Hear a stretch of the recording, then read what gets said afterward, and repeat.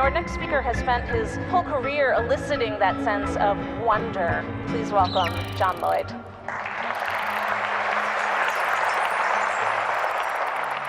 The question is, what is invisible? There's more of it than you think, actually.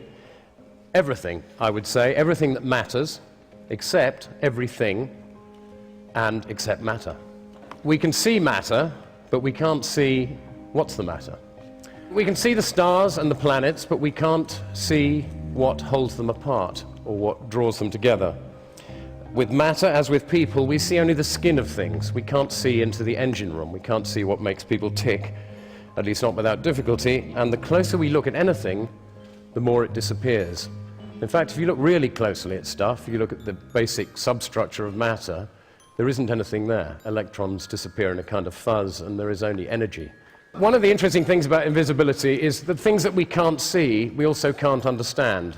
Gravity is one thing that we can't see and which we don't understand. It's the least understood of all the four fundamental forces and the weakest, and nobody really knows what it is or why it's there. For what it's worth, Sir Isaac Newton, the greatest scientist who ever lived, he thought Jesus came to Earth specifically to operate the levers of gravity. That's what he thought he was there for. So, bright guy. Could be wrong on that one, I don't know. Consciousness. I see all your faces. I've no idea what any of you are thinking. Isn't that amazing? Isn't it incredible that we can't read each other's minds when we can touch each other, taste each other perhaps if we get close enough, but we can't read each other's minds? I find that quite astonishing. In the Sufi faith, this great Middle Eastern religion, which some claim is the root of all religions, Sufi masters are all telepaths, so they say. But their main exercise of telepathy is to send out powerful signals to the rest of us that it doesn't exist. So that's why we don't think it exists, the Sufi masters working on us. In the question of consciousness and artificial intelligence is really, like the study of consciousness, got nowhere. We have no idea how consciousness works. Not only have they not created artificial intelligence, they haven't yet created artificial stupidity. The laws of physics, invisible, eternal, omnipresent, all-powerful, remind you of anyone? Interesting. I'm, as you can guess, not a materialist, I'm an immaterialist, and I found a very useful new word, agnostic, okay? I'm an agnostic. I refuse to be drawn on the question of whether God exists until somebody properly defines the terms. Another thing we can't see is the human genome, and this is increasingly peculiar because about 20 years ago, when they started delving into the genome, they thought it would probably contain around 100,000 genes. Every year since, it's been revised downwards. We now think there are likely to be only just over 20,000 genes in the human genome.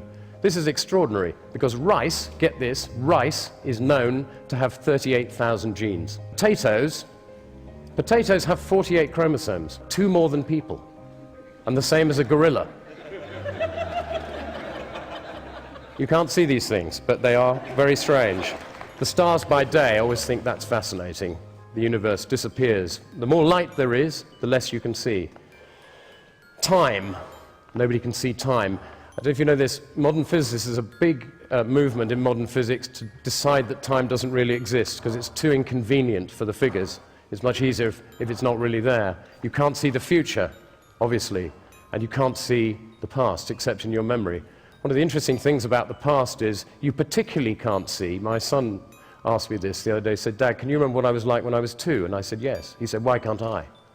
Isn't that extraordinary? You cannot remember what happened to you earlier than the age of 2 or 3, which is great news for psychoanalysts, because otherwise they'd be out of a job, because that's where all the stuff happens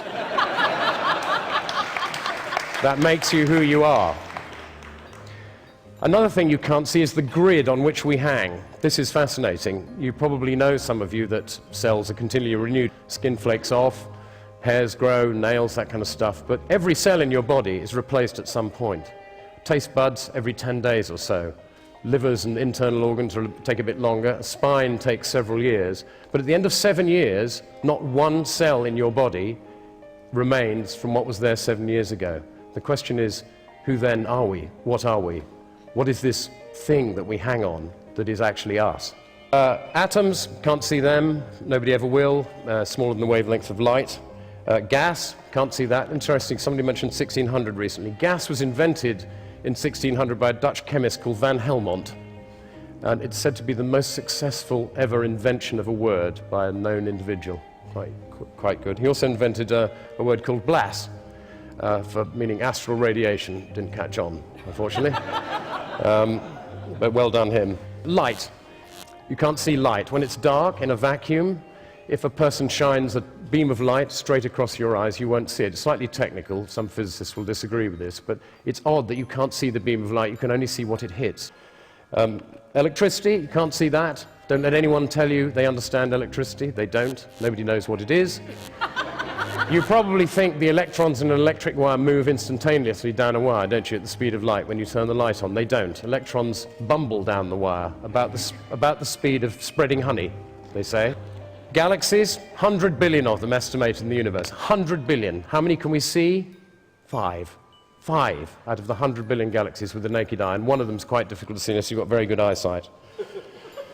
Radio waves, there's another thing. Heinrich Hertz, when he discovered radio waves in 1887, he called them radio waves because they radiated. Somebody said to him, well, what's the point of these, Heinrich? What's the point of these radio waves that you've found? And he said, well, I've no idea, but I guess somebody will find a use for them someday. The biggest thing that's invisible to us is what we don't know. It is incredible how little we know. Thomas Edison once said, we don't know 1% of 1 millionth about anything. And I've come to the conclusion, because you asked this other question, what's another thing we can't see? The point, most of us. What's the point? The point, what I've got it down to is there are only 2 questions really worth asking. Why are we here? And what should we do about it while we are? To help you, I've got 2 things to leave you with from 2 great philosophers, perhaps 2 of the greatest philosopher-thinkers of the 20th century, one a mathematician and engineer, and the other a poet. The first is Ludwig Wittgenstein, who said, I don't know why we are here, but I'm pretty sure it's not in order to enjoy ourselves. He was a cheerful bastard, wasn't he? And secondly and lastly, W.H. Auden, one of my favorite poets, who said, we are here on earth to help others. What the others are here for, I've no idea.